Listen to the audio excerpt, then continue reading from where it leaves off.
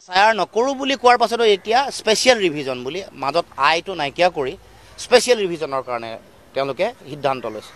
এইটো নিশ্চিত যে হিমন্ত বিশ্ব শৰ্মা এবাৰ অসমৰ মাটিৰ পৰা বিজেপি উৎখাত হ'ব। সেইটো কথা তেওঁলোকৰ বহুত ইণ্টেলিজেঞ্চ আছে নহয়। কেইবাটাও ইণ্টেলিজেঞ্চ এজেঞ্চি আছে, চেণ্ট্ৰেল IB আছে, SB আছে, NIAও ইণ্টেলিজেঞ্চৰ কামটো কৰে, ৰয়ে কৰে। সকলোৰে ৰিপৰ্টত ইমান বেছিকৈ মোহন ভাগৱত কিয় আহিব লগা হৈছে? আমি বিদেশীক ইয়াৰ পৰা বিতৰণ, বিদেশীক ভোটাৰ তালিকাৰ পৰা নাম কৰ্তন, তেওঁলোকক অসমৰ পৰা বা ভাৰতবৰ্ষৰ পৰা বিতৰণ, এই কথাটো আমি দাবী কৰি আহিছোঁ। আৰু মুখ্যমন্ত্ৰীয়ে নিজৰ বিফলতা ঢাকিবলৈকে কথাটো কৈছে।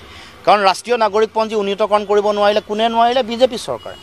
যদি উচ্চতম ন্যায়ালয়ৰ নিৰ্দেশনা তদাৰকত হৈছিল, তেওঁলোকে কৈছিল যে যি 19 লাখ মানুহৰ নাম কৰ্তন হৈছে এইটো সংখ্যা আৰু বেছি হ'ব লাগে বা আৰু বিদেশী আছে, যিটো কথা সদৌ অসম ছাত্ৰ সন্থাত থাকিলে আমিও ছাপোৰ্ট কৰিছিলোঁ যে হয়, যে ত্ৰুটিপূৰ্ণ হৈছে আৰু বিদেশী নামযুক্ত ৰাষ্ট্ৰীয় নাগৰিকপঞ্জী হৈছে।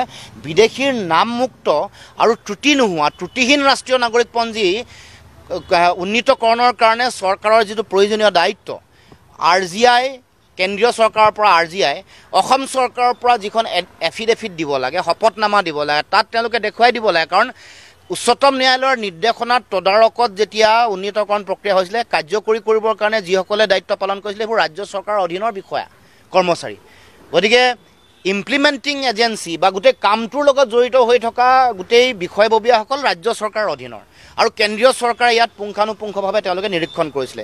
গতিকে তেওঁলোকে এই কামটো নকৰি এইটো ব্যৰ্থতা ঢাকিবলৈকে সাম্প্ৰদায়িকীকৰণ কৰিবৰ কাৰণে এইবোৰ কথা কৈছে। কাৰণ বিদেশী মুক্ত ৰাষ্ট্ৰীয় নাগৰিকপঞ্জী আমি বিচাৰোঁ।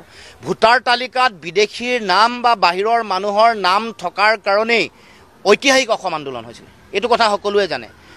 ভোটাৰ তালিকাত বাহিৰৰ মানুহৰ নাম উপস্থিতি, এতিয়াতো সেই একে কথাই কৰিবলৈ কৈছে, কিন্তু দেশৰ নাগৰিক হ'ব পাৰে। কিন্তু তাত এটা উদ্দেশ্য আছে। দুদিন আগত অহা মানুহে যদি ভোটাৰ তালিকাৰ পৰা নাম সোমোৱাই তেওঁলোকে যদি ভোটদান কৰাৰ সুযোগ পায়, তেতিয়াহ'লে কিমান ভয়ংকৰ আৰু ভয়াৱহ পৰিস্থিতি হ'ব সেইটো আপোনালোকে নিজেই সহজে অনুমান কৰিব পাৰে। আৰু সেই ভোটাৰসকল তেওঁলোকক মাতি আনিব, ভ্ৰাম্যমান ভোটাৰ, তেওঁলোক ভাড়াতীয়া হ'ব পাৰে।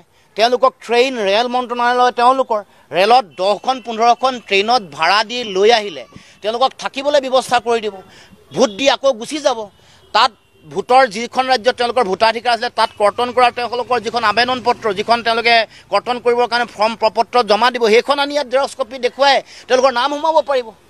তাৰমানে ভোট দি ইয়াত ভাগ্য যিটো নিয়ন্ত্ৰণ কৰিব, তাৰ মানুহে এটা সমষ্টিত 5-10 হাজাৰ যদি আহি তেওঁলোকে ভোটদান কৰে, তেওঁলোক ভাগ্য নিয়ন্ত্ৰণ হৈ যাব। যিটো কথা আমি CAৰ সময়ত, নাগৰিকত্ব সংশোধনীৰ সময়ত কৈছিলোঁ, বিদেশী যেতিয়া থাকিব, বিদেশীক স্বদেশী যেতিয়া কৰা হ'ব, 10,000, 5,000 বা 15,000 মানুহেই ভাগ্য নিয়ন্ত্ৰণ হৈ যায়।